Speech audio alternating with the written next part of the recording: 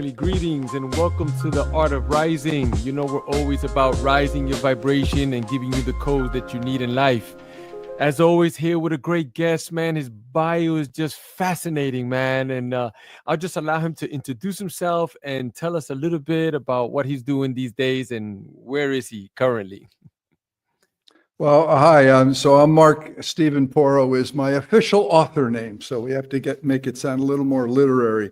I grew up in New Jersey, or as Richard Lewis would say, lowered in New Jersey, and then a great little town called Ridgewood, and then I went to the Ohio State University, and got an industrial design degree there.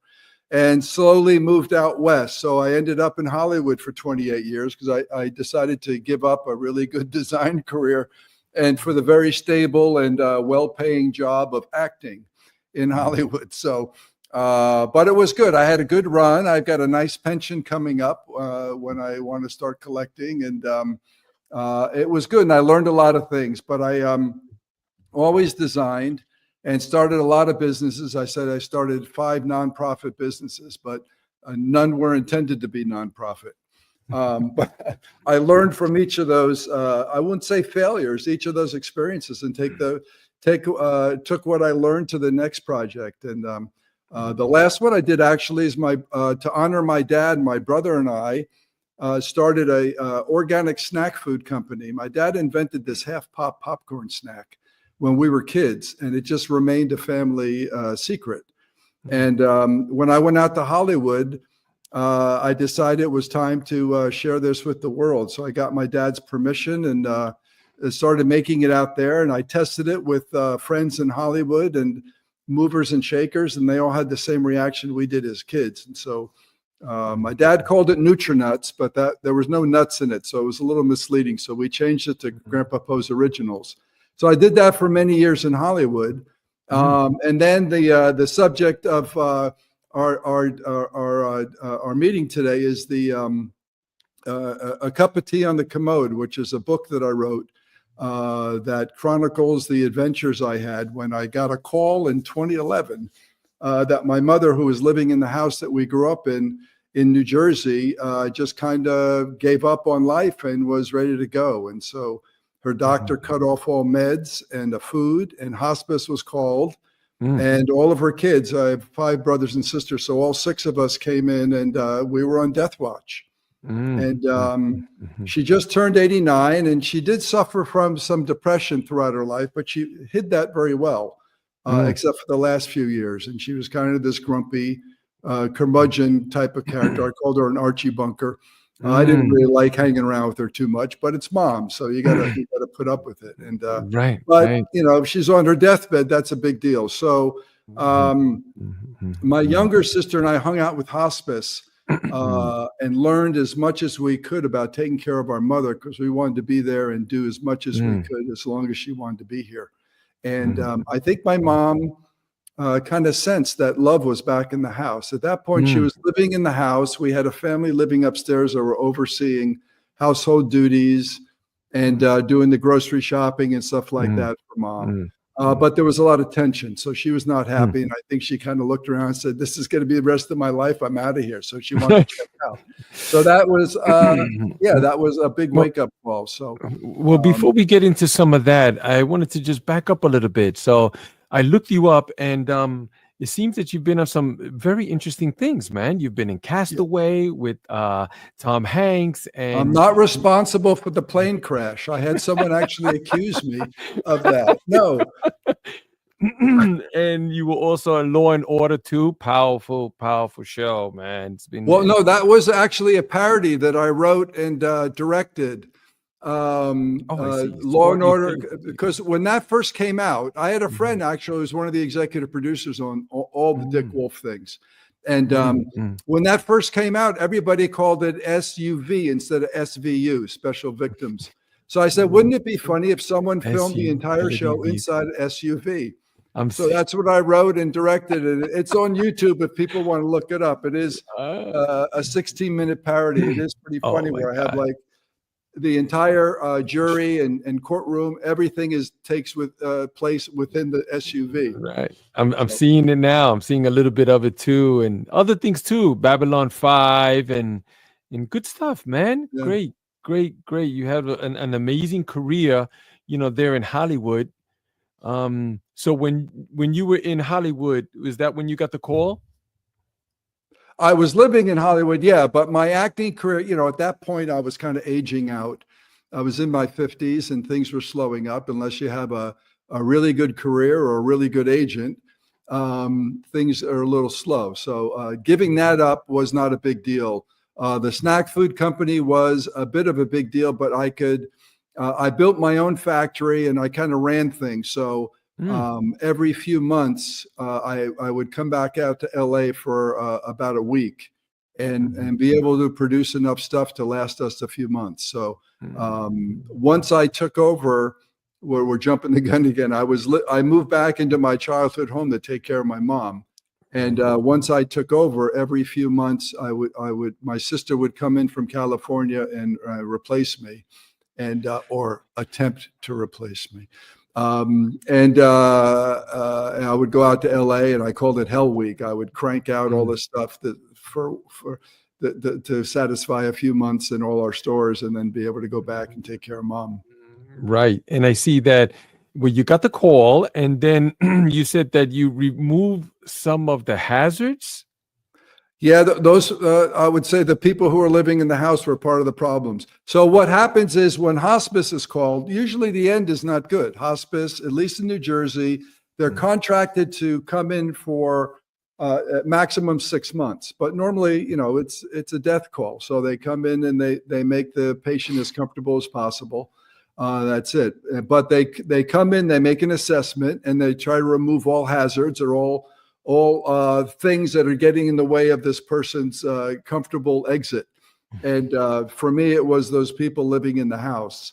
And but that took a while to do it because of New Jersey laws and things like that, and also some family. There were some people who were supporting these people who, there was a little tension within the family, so it had to be good. Being an Italian in Jersey, we have lots of options. But we wanted to keep it legal. Forget about it. Yeah. They're in the backyard. Hey, you do what you got to do. Yeah, we take you out for a couple of drinks. Sit in the front seat. Yeah. Yeah. Keep the cannoli. Right. Oh, my goodness. All right. So there you are, trying your best to figure all of this out. You gave a good fight. You got him out. And then you said that here in your bio, it says that your mom, she whispered some things to you. Could you tell us about that and how everything went down? Well, there was a lot of I like to record family history, and I've done a bunch of stuff over during my life because I don't want these things to be lost. And with that, each generation passes, we lose a lot of this stuff. And my parents' generation kept things pretty quiet about the depression, and so it's a shame. So when I took over the full care of mom, I was privy to a lot of really fun moments and funny conversations. But the first one was when I decided to do this, I asked for her permission and said, "Do you want me to?" Because I took care of her. I'm the youngest son. And I took maybe a bit of a romantic approach. I grew up with 3 sisters, so I knew how to take care of hair and nails and all that kind of stuff.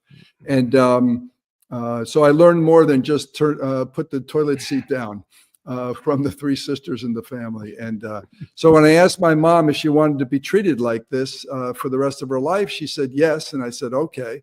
So you understand, the first thing is we're going to have fun. Second of all, do you understand I will keep you healthy and safe as much as possible? And she said, yes. And I said, so if I do that, that means I'm in charge and you must now obey me. And her mood completely changed. And she looked me straight in the eye, and then she puckered up for a kiss. And I wasn't sure if that was a sign of surrender or one wishing me luck. And so I gave her a kiss and hoped for the best. She was tough. She was a tough cookie. So I kind of knew that, what I was getting into. But At that point, I was taller than her. I could handle her. She was Okay, she couldn't right. walk. At that point, right? Yeah, yeah, yeah. Listen, 10 years lady. before that, you wouldn't have been able to touch her. Yeah, I know. Yeah, well, mama's tough. I have one also too. She's in Brooklyn. Ah, tough as nails. I went to be with her just recently, and she just had to really give it to me right there. I was Oh, like, so I have Mom. one. So mom was, I called it a semi-comatose state. So for weeks, she didn't talk. Again, no food, no meds. We gave her a little moisture on the lips for comfort, and that was it. And then she snapped out of it after about 3 weeks with a piece of pumpkin pie. Actually, that's the first thing that she That'll wanted. do it. And pumpkin pie, but not easy to find in March. But my brother found it, and so that was anyway. So she came back. Maybe it was the sugar high or whatever. And I hadn't been back there for several months because she was this grumpy thing, and she would like to bring everybody down with her when she went into these depressive states. So when she snapped out of it, she sees me and she says, "Well, I haven't seen you in a long while." So I said, "Yeah, I knew she was back at that point." So the guilt Exactly. tripping, yeah, Yep. it was at the ready. I got one too, man. She's from Spanish Harlem. They came in from Puerto Rico very young, and that was like in the 50s or something like that, And then Brooklyn into Red Hook area too. So it was tough, man. She was tough. Then she met my Yeah. dad, and he came from a very tough family too, like one of those knockdown, drag out, alcoholic kind of deals. They had to throw the father out, like knock him up and just kick him out because the guy was straight abuse. Yeah. So mom was like that. She took on some of that too, man. She's tough, man. But I know you had mentioned about the roles reversing, and for anybody out there listening and seeing some of these issues that are coming up, the issues of the heart, no matter how much money that we make and position and power and cars, and none of those things matter when it comes to family, Right. but those roles reversing, I know you've been through that. So please Well, tell us she was how my, that is. I was never married. I had no children, and she was my first kid. And if you got a stubborn as all get out, guilt tripping, sharp tongued kid, it's not so easy. But I went in with an open heart, an open mind, and I knew that mom deserved better, whether she was Archie Bunker or not. And so the timing worked out well where I could jump in and do this. My other siblings were very helpful when they could. It's interesting. So you have, there's 6 kids in the family, and 2 of them did not feel comfortable with any hands-on work because there were no lines that I didn't cross. Hospice was very generous with their teaching my younger sister and I how to take care of her and how to do the sponge bathing and how to handle any medical needs. At that point, she had some bed sores, which she shouldn't have had. And so changing the diapers and also changing the bedding with a helpless patient in bed is not easy. And so we learned those tips and tricks, and then we shared those with my other 2 other siblings who were into the hands-on thing. But all this other stuff, if you're comfortable with it, it's great. I was in my acting and my design all kind of played a part in that, where I assumed that role of caregiver because there were no lines I didn't cross, and I didn't want my mother to feel uncomfortable. So I had to be as comfortable or hide my discomfort as much as possible.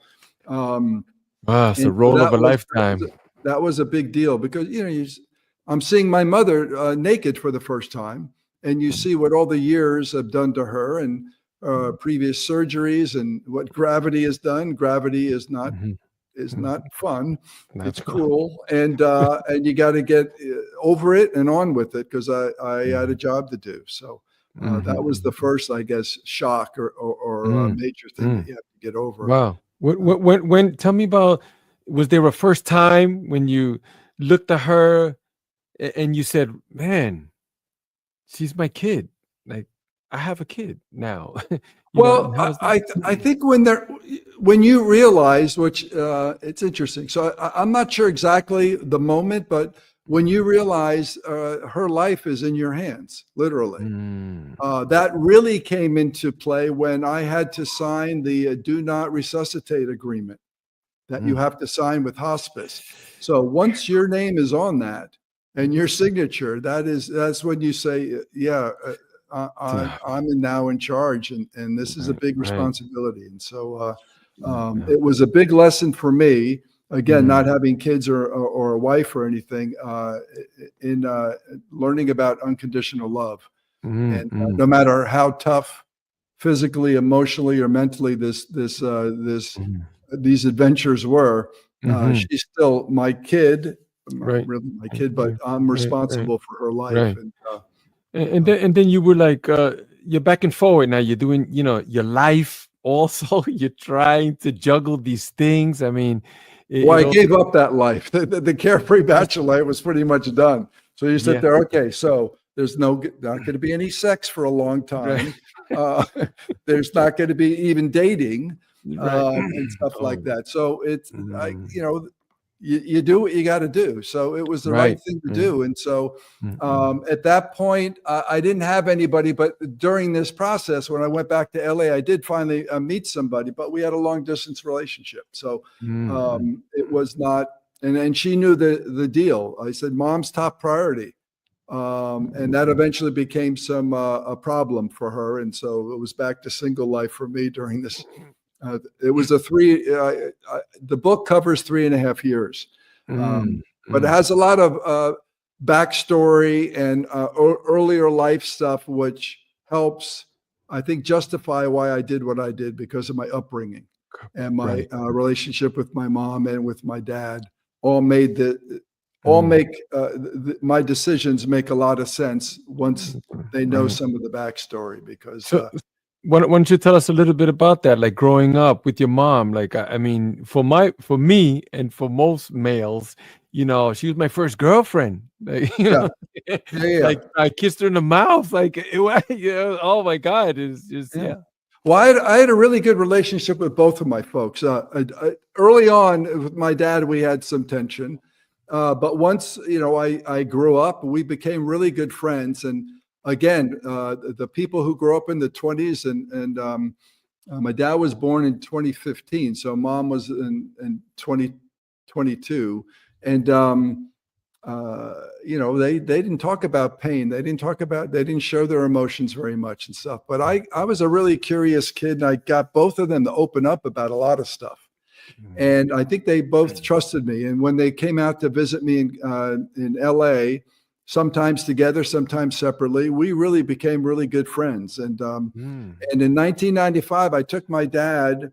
He turned 80, and unfortunately, he was 2 years from dying from heart disease. So he wasn't in great shape, but he really wanted to do it. I took him to the village in Italy where his father came from, and nobody had been there for 100 years. And so I planned this trip, and it took me about a year or so to talk him into it. But we went. I shot a documentary of it, and that was 16 days of basically him having, again, his life was in my hands, and I Mm. was responsible. Even when my brother, I lived in LA, right? So I didn't know my dad was that bad. He hit it very well, but one brother said, "Yeah, we never expected him to come back," and they didn't Mm. share this stuff with me because they said, "Yeah, you're too emotional." Well, Mm. if my dad died in Italy, yeah, that would have been a big deal. So Yeah, you might have wanted to mention. not fair. Not fair. Luckily, he survived, and it was one of the highlights of his life. And it was Mm. just a very cool. And the book I'm writing now focuses more on my dad, I though there's a see. lot of my dad in this book. But he Um, he was born here in the States or in Italy? no, my dad was born here, yeah, in Oh, Brooklyn, okay. Okay. in Okay. 2015. His father came over in 1895 when he was 10 years old, Wow. and 80. Oh, so they guy came in early, right? Wow. yeah. That's incredible. Yeah, you were telling me that they were doing something else in Italy, some business they were doing. Well, we found out, I knew my great grandfather was the mayor of this village. This village was only about 400 people, I think, was the maximum population. When we went in 95, it was about 200. Now it's less than 100. It's really dwindling away. But we heard, and again, I still don't know, after all the research and stuff, that we heard he was run out of town for committing adultery as the mayor in Italy, of all places. And that's why he came to America. And then we also heard he was a pig farmer, and cholera wiped out his pigs in around 1890. And he said, if I'm going to start over, I'm going to start over in America, where it's going to be a better opportunity for my kids. And so we didn't know what to expect if we showed up in this village, if we were going to be run out of town, because Italians have long memories, and whatever. Anyway, so we find out, again, we're ruining the ending of the other book, but my great-grandfather was the mayor, but at the time this incident happened, he wasn't the mayor. The mayor was having an affair with his secretary. Both were married, and the village all knew about it, but they were afraid because this mayor was a big, powerful guy. But as the rumors started spreading, the shame started spreading, and everybody in the village was really getting antsy. And then one day, this young man in his 30s stormed into the mayor's office and said, "You must stop this affair, or we will run you out of town." That guy was my great-grandfather. I see. And then he became the mayor. So we found out, we not only cleared the family name when we visited this village, but we found out that he was the hero, and they've been telling this story ever since. So about 110 years later, they're still sharing this story in this village. Long memory. Yeah, which was very cool. So we were welcomed as like, kids of the hero. It was really very, very cool. That's great. And then when he came here, he landed in Brooklyn, right? He took his oldest son, and they established themselves as barbers in Brooklyn, from pig farmer and mayor to barber. Barber, yeah, same thing. Yeah, in Brooklyn it's the same. I don't know how the hair looked, but they didn't have any problem with it. Got no complaints. They weren't run out of Brooklyn. Right. So that worked out okay. Oh, that's beautiful. Great stories, man. I love the history. I love it. I love it. I'm a big history buff, too. I love family things. I've always asked my dad. He passed on last year.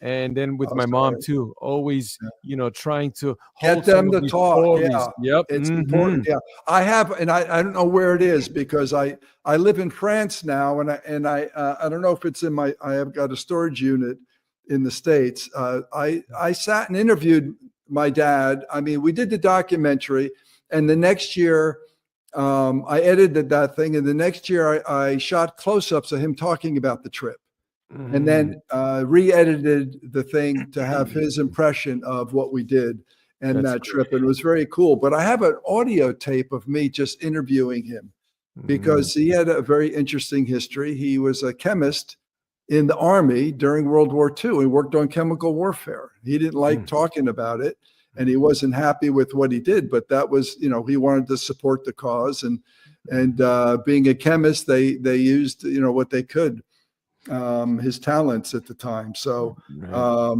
I've got to dig into that a little bit more, because he didn't share much about that. He wasn't all that proud of it. So right. Yeah. Wow. That's fascinating. I know with my parents too, my father's father, they were in Puerto Rico, and after all of the cane sugar field jobs were drying up, there was that big, influx of Puerto Ricans during the 40s and the 50s, and you didn't need a green card or nothing like that. You just bought a airplane ticket and you came over. And they were just like everybody, the shoe shine boy, and the, cleaning toilets, and just like everyone who comes to the States over here too, They want to work there. They want to, it's, yeah.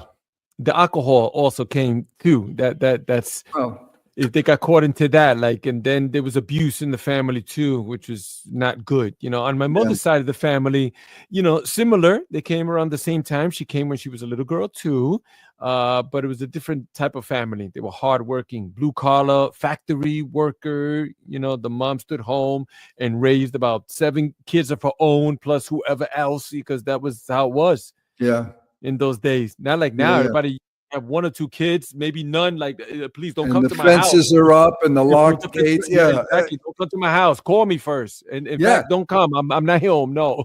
Or no, now it's text me first. Yeah. Yeah. And then ask me if you could call me. Yeah. Yeah. Yeah. So they came like that and just started a life, here in the States economically. It's just the opportunity Yeah. here. It's the Yeah. pick Yeah. up, in the The US. potential, I think about, my great grandfather, 1891, he came over. That is a journey Yeah. from the Yeah. from the west side of Italy to cross, to the east side, and then Yeah. cross the Atlantic back then. Oh my Woo. gosh, Wow. Yeah. And then crazy. he did he come through Ellis Island? Yeah, yeah, yeah. Yeah. There's Yeah. we His we record. did a thing whenever that happened where we have a brick with Natali Porro on there, or the Wow. Porro family and stuff. Amazing. I went Yeah, to Ellis Island, did the whole tour thing. And I tell you, I'm a history buff. So I did with the earphones, and every time you see something, you put the number in and it says, yeah, yeah. I came to America. There were so many people, so many languages. Oh, I can't believe it. It was so beautiful. But the people, the officers, they were so rude. And then I thought about what went down. Like, if they didn't like the way you talked or looked or they put an X on your thing right here and you went back. Attitude's a big deal. Listen, I live in France now, and you sense, you certainly hear that ugly American exists. That stereotype exists, and I've never shown it or been that way. It's just the way I am. I'm an immigrant, and I knew that early on. Right. And if you accept that, it's humbling. It's humbling. But you hear that tone, and you just want to smack those people. And say, Yeah. Yeah. stop. Go home. If you're not happy here, go home. And just thinking about a nightmare, like here you traveled, you got in the boat, ocean, you probably starving, then you get there and then they send you back. Yeah. Oh my goodness. But then they came here, and then there's so many opportunities here. So many for crime too, as you already know, also both for good and bad. You could wait a minute. I know about the crime. What are you talking about? Yeah. No, we're not that Italian family. Stereotype. No. Come on. Yeah. Oh my goodness. I know. Same here. But so tell us about these non-for-profits that you opened up here. It's like 5 of them? Really? You want to talk about? Well, it's I started a greeting card business. Oh, and my acting, I say it was a nonprofit. Actually, I did okay with it. Then I started the snack food company, which lasted actually quite a while. And then I had my own production company, and then I had some. I got to figure out what the other thing is. My writing career, obviously, I did stand up for a bit. But the writing career it still remains nonprofit. Now, as a published author, it's getting there, which is nice. But so now you're a best-selling, award-winning author. Tell us about that. The best-selling thing's a little funny. I'll be honest about that. But if you hit a certain ranking on Amazon, you can claim bestseller. If you're in the top 100 of a category. That's and great. I've been in the top 100 of a few categories. You could say best-selling, but it has won 15 literary awards to date, which is very nice. Ooh. I knew it was pretty good. I'm a pretty good writer, but again, this is my first book. I did a lot of screenwriting and writing jokes and scenes and stuff like that in Hollywood, but never wrote a book before. But I thought that this experience with my mom was pretty good, and I think something that other people can benefit from, because this is becoming a crisis. They said by 2050, I think there's going to be like 486 million people 80 years or older in the Mm. world. So it's going to be a crisis, not only epidemic. for the health Mhm. system, but for families and Yeah. financially and all this kind of stuff. So there's something Yeah. we're going to have to deal with. If you haven't already, you Right. will, or you should, Right. It's be rough. It's thinking rough. about In this this. in this country, yeah, they put the old folks in the factories because that's what they are. They're just And I'm surprised they kind of do that here as well, too, in France. oh I was wow. surprised to hear. Yeah, there's certain, Oh, yeah. I would say certain cultures that don't do it, but Right. the West overall, it's easy. Put Yep. them in assisted living or in a nursing home. Yeah, and I don't that's want it. to deal with it. Yeah. You spoke about certain races, and it's true here. Like I've been to old folks' homes, and they're like just waiting rooms, Yeah, right? yeah, yeah, And yeah. but then you don't see certain races there. Nope. No, they wouldn't do it. They wouldn't Right. dare. They Yeah, wouldn't dare. They wouldn't yeah, dare. yeah. Yeah, it's, It it's was tough. funny. So I was at the London Book Fair last week, Hmm. and I met an Indian gentleman because I'm selling. I'm now trying to sell the foreign rights, and the first country to buy it and pay in advance, which was lovely, was China. And Oh, China is I'm famous. sorry. The Oh, Far hold on. East, Back up there, Bucket. You said you were trying to sell the foreign rights? the foreign rights. So my publisher and I own the rights for Ah, the English version. got you. So, all right. So you can actually, like a lot of American singers and stuff like that are big in other countries. So I Huge, may be huge. huge in China in a few Yep. years. I don't know. That's right. But it was funny because my public, I can't say this. Well, they won't listen to this, I don't think. But, I asked them if they had a foreign rights agent. And they said, yes, we have one. And I Mhm. said, well, I want to talk to them about selling the foreign rights. And they said, where are you thinking? What countries? I said, the world. And they Mhm. said, well, don't worry about the Far East because they take care of their parents. And I said, Perfect. that's the perfect audience for me. And Perfect. so they returned all the foreign rights back to me without me even asking because they knew their agent who never read the book and already canceled out half the world.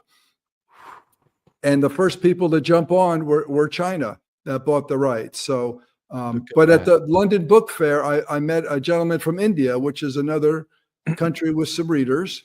They've got a few, They got a and few. he said, "Why would we be interested in this? Because we take care of our parents." And I said, "Well, it's always nice to hear a different point of view, Mm. especially from a son, because it's still rare for a son to take on this job."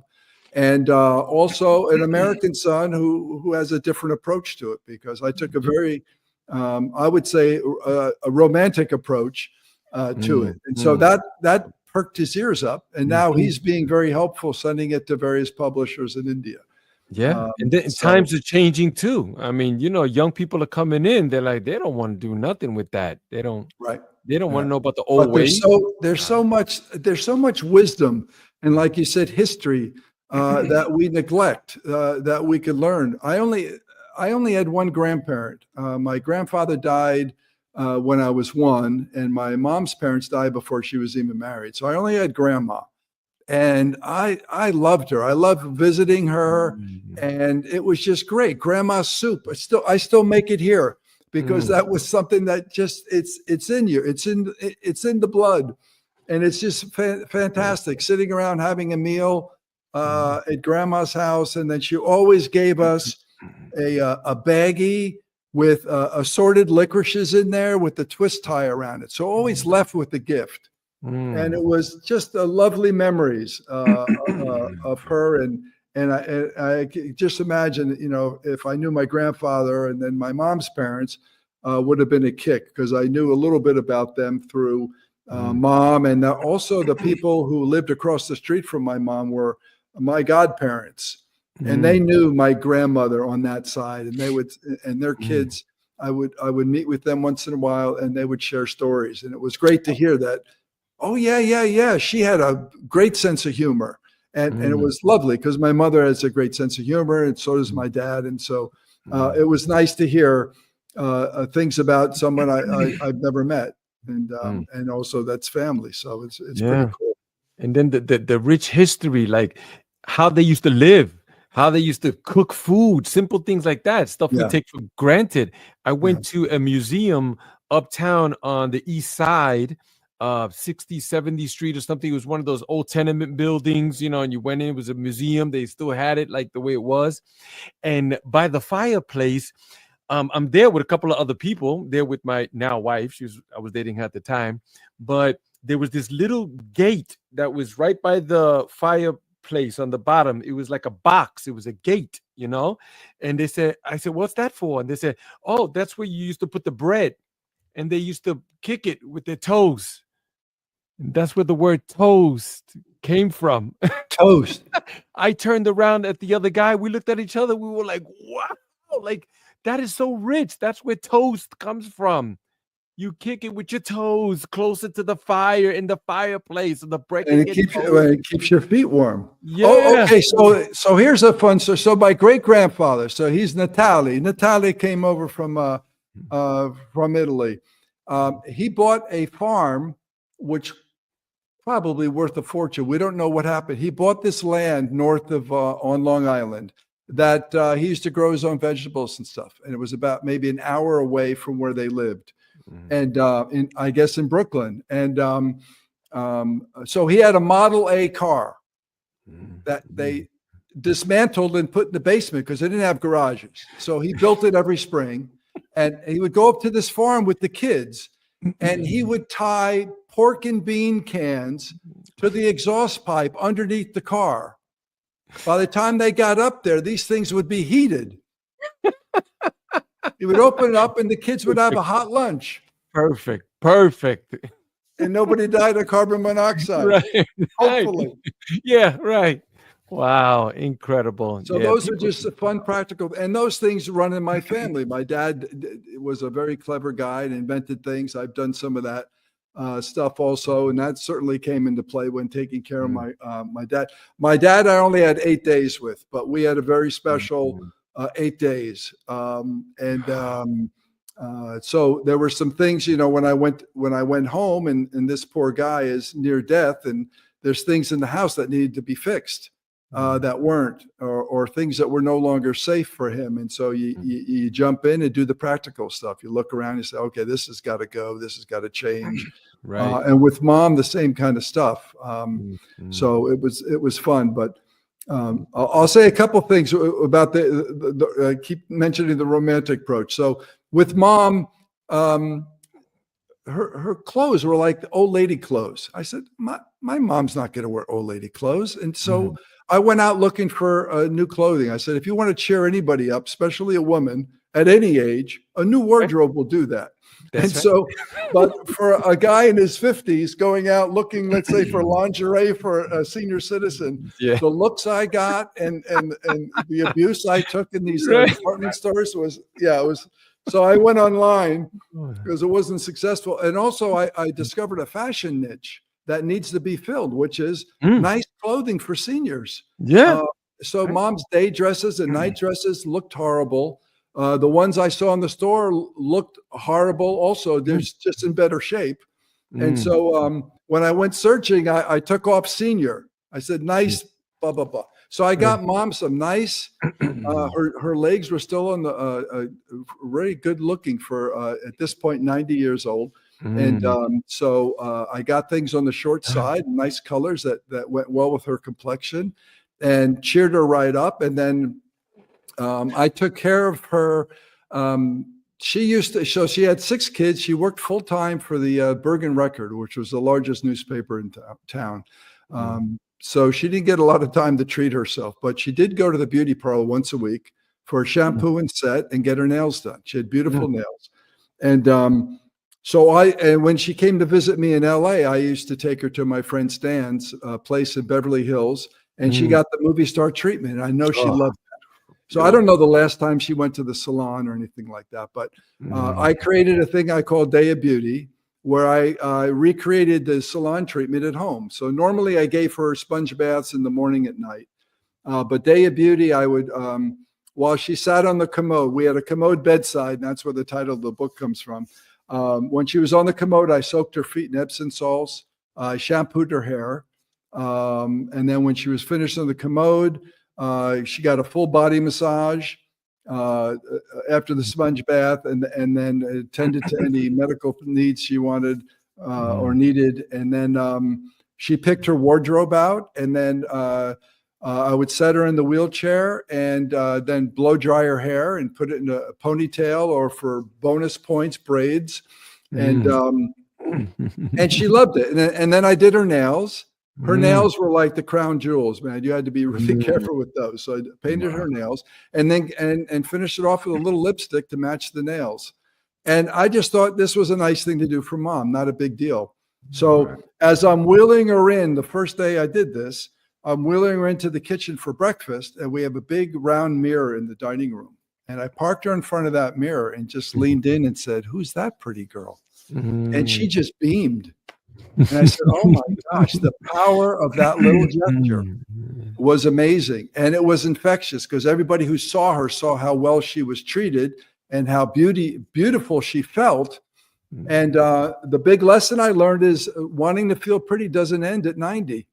Right. And so those little touches that we take for granted, I learned that they all mean a lot, and especially at I guess maybe certain times of our life, they mean even more. And that was lovely. And so every day, even in between the days of beauty, I parked her in front of that mirror and made sure she knew she was beautiful. Wow. Girl. So fabulous. So heartfelt, brother. Really, I'm over here, and trust, I'm holding it back, bro. My throat is like, oh. You'll love the book. Yeah. So, but I'll tell you where you get dangerous. So I wanted part of that came out of I wanted to return dignity to mom. You know, we lose a lot of that, I guess, with the age and the neglect and all this other stuff. So I wanted to return that not only to her, but to her environment. So the house that we grew up in was no longer this beautiful, loving, welcoming place. It really needs some repair and needed love back into it. So mom was like a kid, so she slept a lot during the day. And so I decided to renovate the entire house while she was sleeping. I made hammering a little difficult, but we did it. Right. And so some of the fun things that came out of that is, and I kept mom abreast of what was going on. And at one point she saw me passing by with all these 2x4s. What is going on? And I said, "I'm making your house more beautiful, Mom." She goes, "Well, who's paying for all that?" I said, "You are, so cheer up. You may have to get back to work." And she had a little bit of dementia at this time. So that conversation went on several times as I passed by. So when the basement was the first floor that I finished, and everything was ready, and she helped me pick out the colors for the painting and stuff like that. Now it's the carpet. It was the last piece. So I put 2 carpet samples. They were like 3-inch squares. I put those on her breakfast tray, and then went in to get her some more juice. And I came back, and she had one of those in her mouth with a scowl on her face. And she's like, "Wow. This is not a cookie." And I said, "No, Mom, it's a carpet sample. Which one tastes better?" And she chose well. So this is, we had a lot of fun, and she made me laugh a lot too. At one point she said, "Why do you treat me so well?" I said, "Because you're my mom. I love you, and you should deserve to be treated like a queen." And then she burped. And I said, "But queens don't do that." She says, "How do you know?" That's mom. Yeah. Touche. Yeah. Sharp as a whip. So super heartfelt, man. Thank you so much for that. How about a cup of tea on the commode? Why name it that? All right, that came out again. That just came out of the practicality. So we had we set a commode bedside because it was no longer safe for mom to get in and out of the bathroom. And her favorite beverage was a cup of hot tea, skim milk, no sugar. And I kind of, as a joke one day, because sometimes Mother Nature took a little longer than was comfortable for either one of us on the commode. So one day I just said, "Would you like a cup of tea while we're waiting?" And she said, "Sure." And it became a hit. So every morning that was part of our ritual, a cup of tea on the commode. So I thought it was kind of catchy, and so far a lot of people think it is. So it's tons of people. You've seen some success in many different areas, but with the particular book. Like there's so much love that you poured into it and so much devotion that, yeah, it's pouring right out of the book, man. Thank you so Yeah. much for providing such a wonderful read. I mean, I'm always impressed with people who write books, because when I was a kid, I was always looking at all these pages like, who wrote all these words? So, but now that I'm older too, I've got these things like on me saying, let's Yeah. go, where's your book, let's go, like, all right. So people are looking at me like, let's go. So Yeah. it's coming, Yeah. it's coming. It's good. And it's very, it's won the awards, and the sales actually are doing pretty good. But the personal notes I've received from people who've read the book have been just Priceless. heart-wrenching. I mean, raw, but beautiful, Heart-wrenching too. honest. But, some people have said, I read your book and I just wanted you to know my mother died 2 weeks ago. And your book helped me get through it because of all the humor in it. Because you have to, sense of humor is huge, I mean, empathy and patience and all that stuff and unconditional love all play a role. But boy, sense of humor is going to help not only your loved one, but you get through this stuff. And so when you hear that kind of stuff, when it's so raw for people, I've had a few people who just lost somebody recently that at first they said, I don't want to touch the book because it's too soon. And then one of my friends from LA, actually, she's was flying back to New York for the 4th of July, and she just lost her dad. And she says, I want your book, but I can't read it yet. And then on that trip, she took it with her. And she posted updates on the flight on Facebook. So I said, she goes, I'm up to chapter so-and-so. Beautiful, la la. And then she says, oh my, because there's a wild chapter in there. She goes, oh my God, Mark, the flight attendant wants to know why I'm rolling in laughter in the aisle. What the heck am I reading? And it was great because, beautiful. Even at the heart, there's a point where, it would be quite a chore to get mom ready for bed. You give the sponge bath and you do all the stuff and you put the baby powder and the lotion. And I'm just tying up the diaper after everything's done. And she starts peeing on me. And it's like, it's cute if you're a newborn and you're peeing on a new mother, but your 90-year-old mother peeing on the son is not so cool. Right. So I go, Mom, why now? What do you do? I'm just about finished. She said, it's natural. Yeah. How can you be mad? And you sit there going, it's fucking natural. She has absolutely no control over this stuff. So I just start over again and no big deal. That's it. You do a double check. Are you sure you're finished this time?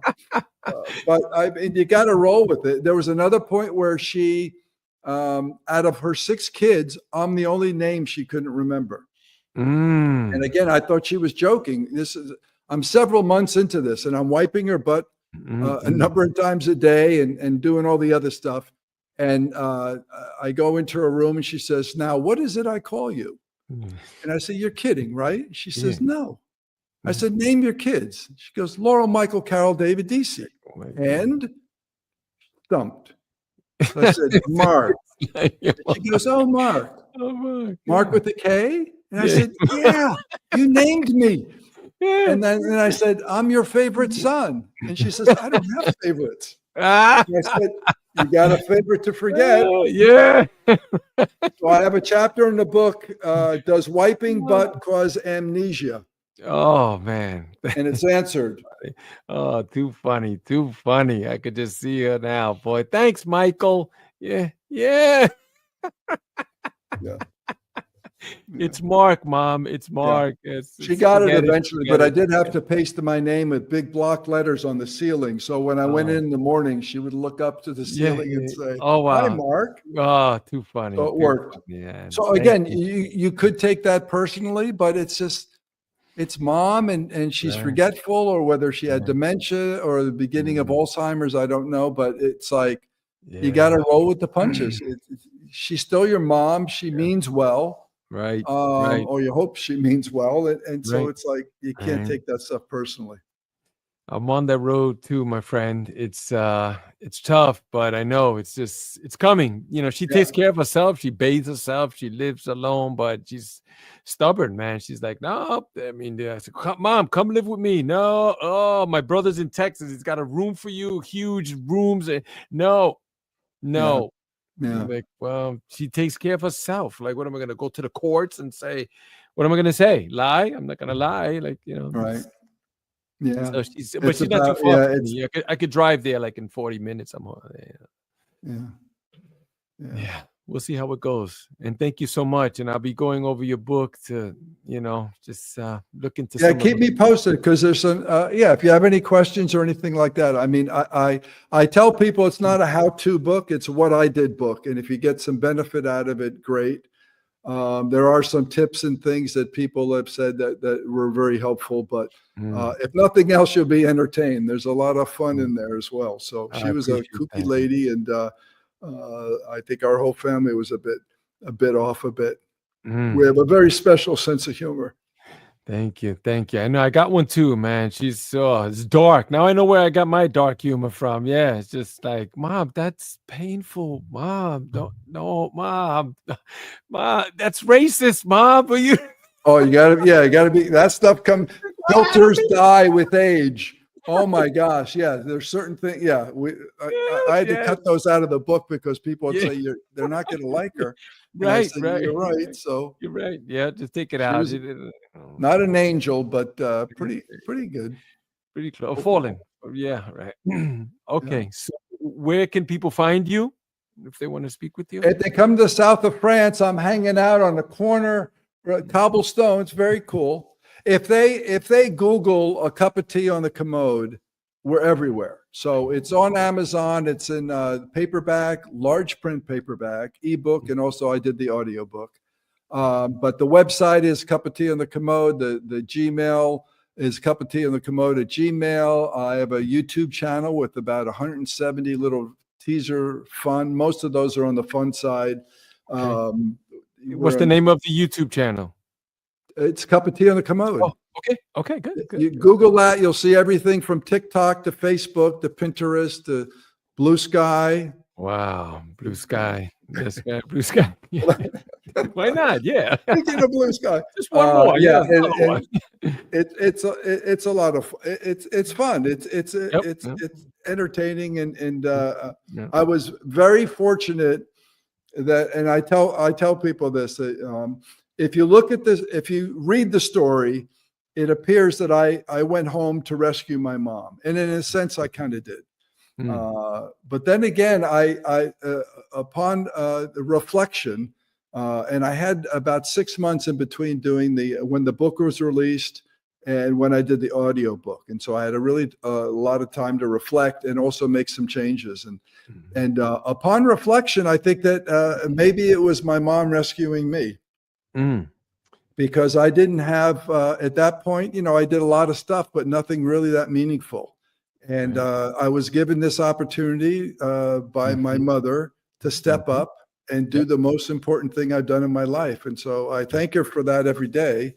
And yeah, Wow. so it was interesting Amazing. to look Amazing. at things at a different angle and have that time.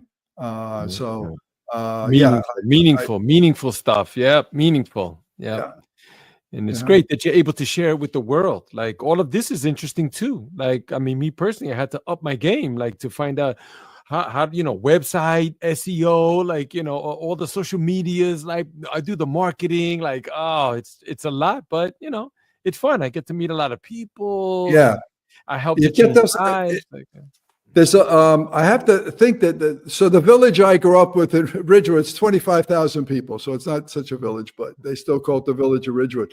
Half of them must be on Facebook because I get suggestions on Facebook and they're so supportive and they've been mm, fabulous. And many of them knew my siblings because I've got 5 siblings. So they'll say, oh, so I'm now the conduit between Facebook and my family. They'll say, oh, say yeah. hi to David. Oh, say hi to DC. I took ballet lessons from your sister. Oh, I Right. was on your dad's baseball team, Yeah, yeah, which like, I never yeah. was. And Oh, wow. all this stuff. So it's really kind of fun because they're great. That's And they'll great. share stories about my folks. We did a thing at the the public library in Ridgewood in February, and two people that used to live on my street were part of that. Wow, that's And beautiful. they let me know, oh, yes, your sister used to babysit me, or we were right next door to your parents, and I loved your parents. And it was, I love so it. these are people I haven't been in touch with. Well, I left Ridgewood in 2015, so 10 years now. And, You know, I'm sorry to cut you off, but I was thinking about that also, that you were there where you grew up, like in Jersey, in that house. Like, I can't imagine, like, the flood of memories that you probably received, man, just being there. yeah, it was, well, things have changed. So Yeah, I sure, talk but about that still, quite I a bit. mean, But yeah, it was lovely. And then my three siblings still lived in New Jersey at the time. okay. So one was actually in the same town. The other guy was about maybe 15 minutes away, and my sister lived at the Jersey Shore. Wow. So Wow. it all certainly brought us closer together, which was great. And That's again, great. they were very supportive. They trusted me, and Mm. and that meant a lot because that made my job a lot easier, and also I think gave them some relief knowing that mom was in good hands. So Okay. yeah, Okay. I was very Wow. fortunate. Well, we'll leave it at that, brother. Thank you so much for being on the show. I appreciate you so much. Thank you, brother. My pleasure. Thank you. Of course. I'm going to put you backstage for a minute, close the show, because I want to continue talking to you. So don't move. Okay, cool. Okay. There you have it, guys. Wow. Take a look at this brother. He's got a fascinating bio, many things. His history is rich, man. I mean, he's been in touch with some big names and big players too. Mark Porro, thank you so much, man. And check out his book too and anything that he's doing. A Cup of Tea on the Commode.